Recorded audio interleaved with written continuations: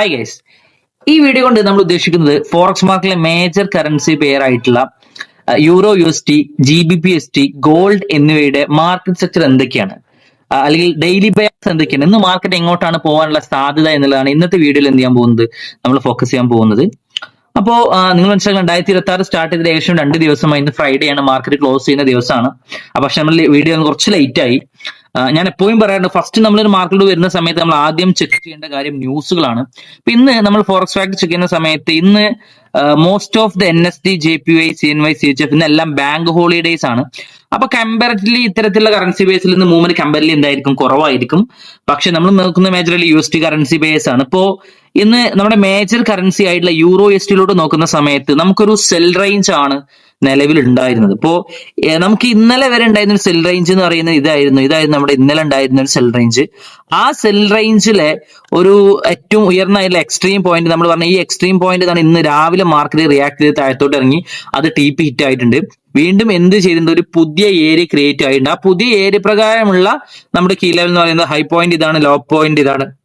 അപ്പൊ ഇതില് നമുക്ക് ട്രേഡുകൾ നോക്കാൻ പറ്റുന്ന ഏരിയ എന്ന് പറയുന്നത് ഈ ഒരു ഏരിയ അത്യാവശ്യം നല്ലൊരു ഏരിയ ആണ്, അത്യാവശ്യം നല്ലൊരു ഏരിയ തന്നെയാണ്.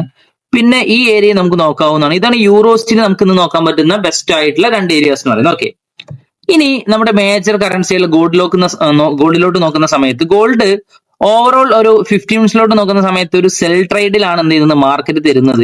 ആ എക്സ്ട്രീം പോയിന്റിൽ എത്തിയിട്ടാണ് മാർക്കറ്റ് എന്ത് ചെയ്യുന്നത്, ഇപ്പൊ അവിടുന്ന് റിയാക്ഷൻസ് തന്നുകൊണ്ടിരിക്കുകയാണ്. ഒരു എക്സ്ട്രീം പോയിന്റ് ആണ് എന്ത് ചെയ്യുന്നത്, മാർക്കറ്റ് ഇപ്പൊ ഒരു റിയാക്ഷൻസ് എന്ത് ചെയ്യുന്നത് നമുക്ക് തന്നുകൊണ്ടിരിക്കുക. അപ്പൊ ഇത് നല്ലൊരു സെൽ ട്രേഡ് ഉള്ള ഒരു ഏരിയ ആയിരുന്നു ഈ ഏരിയ.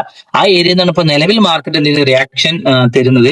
ഇനി നമ്മൾ ജസ്റ്റ് 1 മിനിറ്റിലോട്ട് പോയി നോക്കുന്ന സമയത്ത് 1 മിനിറ്റിൽ നമുക്ക് വേണമെന്നുള്ള ഒരു കൗണ്ടർ ട്രേഡ് ഈ ഏരിയ നോക്കാവുന്ന, അതായത് ഈ ഒരു കീ ലെവൽ അത്യാവശ്യം നല്ലൊരു ഏരിയ ആണ്. അത്യാവശ്യം നല്ല മാർക്കറ്റ് സ്ട്രക്ചർ ക്രിയേറ്റ് ചെയ്തിട്ട്, ലിക്വിഡിറ്റി ഒക്കെ ക്രിയേറ്റ് ചെയ്തിട്ട് നല്ല മുകളിലോട്ട് പോകാൻ ചാൻസ് ഉള്ള നല്ലൊരു ഏരിയ ആണ്. അപ്പൊ ഈ ഏരിയയുടെ മാർക്കറ്റ് വന്നു കഴിഞ്ഞാൽ നമുക്ക് ഒരു കൗണ്ടർ ട്രേഡ് വേണമെന്നുണ്ടെങ്കിൽ എന്ത് ചെയ്യാവുന്നതാണ്, നമുക്ക് ഒരു കൗണ്ടർ ട്രേഡ് ഇതിലോട്ട് എൻ്റർ ചെയ്യാവുന്നതാണ്. ഓക്കെ, മാർക്കറ്റ് വരോ ഇല്ലെന്നുണ്ടെങ്കിൽ നമുക്ക് വെയിറ്റ് ചെയ്ത് നോക്കാം. പിന്നെ നമ്മുടെ മേജർ കറൻസി ആയിട്ടുള്ള നമ്മുടെ മേജർ കറൻസി ആയിട്ടുള്ള GBPST നോക്കുന്ന സമയത്ത് GBPST അറ്റ് പ്രസിൽ ഉള്ളത് ഒരു ബൈ റേഞ്ചിലാണ്.